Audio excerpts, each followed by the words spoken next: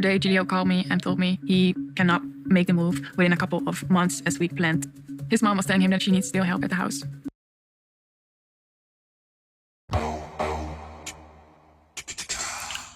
There is no way you can tell me that Kirsten actually believes this guy. I just don't see it happening, because the fact is, for long enough now, she went there to the States. She found out that this guy is a liar. Even one of his family members said that he's a liar. And they all said that he never tells us anything. So do you really believe that the reason why he hasn't come to Holland, to the Netherlands, is because of his mum? Because he has things to do? No. It's because he's now second guessing things. That was very evident throughout the first couple of episodes, when of course she was in the States visiting him and his family. But you know what though? A liar will always continue to be a liar as long as they get away with it. But the bottom line is this though. Why would you put yourself in a position where you continuously believe, or choose to believe, shall I say, someone who's not, someone that's a liar? But listen, before we continue though, please do make sure you start off by smashing that like button. Always helps us here on the YouTube algorithm, you know what I'm saying? But with that being said though, let's see what else had to be said here. I told him, like, yeah, like, if you need more time, 6 months is fine. I get it. And he still was not even sure about 6 months. And let's talk about this. Unsureties. And is unsurety a word? I think I just made that up. But you know what I mean, right? If someone is unsure, like really and truly, should you invest your time in someone that's unsure? I feel like there's times in life where somebody can give you an answer and it can be unsure. You're allowed to be unsure. But if you're talking about a topic that you've already spoke about, you've already agreed on, what's there to be unsure about? How do you change it from I'm going to come? How do you change from I'm going to come this point to then actually no, it's not going to be 6 months later to then going to be actually, you know, I don't know if it's going to be 6 months later. It might be longer. If somebody's doing that, then that person isn't even unsure. That person is legit trying to test how long they can get away with murder. And that is the situation when it comes to Julio in this scenario. And Kirsten should know this. She should be able to pick up on this. Tolerating this? Just wasting your time, dearie. Wasting your time. Do better. Like, check your value. Do you value yourself as someone that's going to waste your time with somebody that strings you along for months upon end? That is the question. Flabbergasted and mad at the same time, because I feel like I'm stuck waiting for Julio now.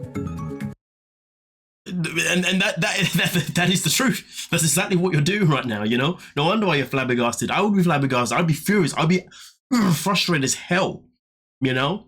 Because nobody wants to be stuck waiting around for someone that can't give them a guarantee.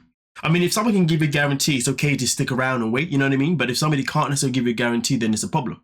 You know what I mean? But again, it depends on what type of guarantee. Every guarantee is very, very different. In this situation, you know, it's a guarantee where he had already promised her he's going to come and see her and move there with her, obviously, like at a certain time. The fact that he keeps changing that is absolutely outrageous and absolutely pathetic and absolutely childish. And most importantly, it's not a man thing to do. A man wouldn't do this. A boy, on the other hand, would happily do this because a boy is a boy and a man is a man, if you dig what I'm saying. Wat ga jij doen? En ik kan niet nog een jaar langer dan afzetten. Ik kan dat niet aan. Do you know what, to be fair, I don't think it's the fact of where she can't handle a long distance relationship. I think it's the matter is she can't handle the idea of doing a long distance relationship but with someone that's going to make you unsure about things. That is the problem, you know what I mean? I mean, listen, a long distance relationship can't be easy, you know? I'm not going to sit and tell you that they're easy things, you know what I mean? But I'm going to say that they can be made easy to a certain degree, and that comes from communication. Communication of honesty, you know, communication of reassurance, and communication of always making sure that you are making that person know that these things are going to plan out. But if you're not doing that, this is where you're more likely to be like, nah, I can't do it. But like I said though, long distance isn't for everyone.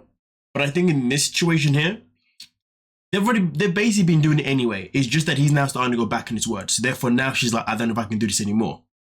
Well, that's my opinion anyway. Maar het is gewoon lastig, want weet je, we hebben een jaar hier geïnvesteerd in deze relatie. En ja, ik hou van hem, dus. And that's the thing, isn't it? It's the fact that she had already invested time in this relationship, you know, invested time in Julio. And Julio had also invested the same time as well. But now you look at the fact that, you know, she's invested this, he's invested that. But it doesn't matter how much they've both invested. We're now in a situation where Julio seems to be now less interested. Where he's not investing as much as before.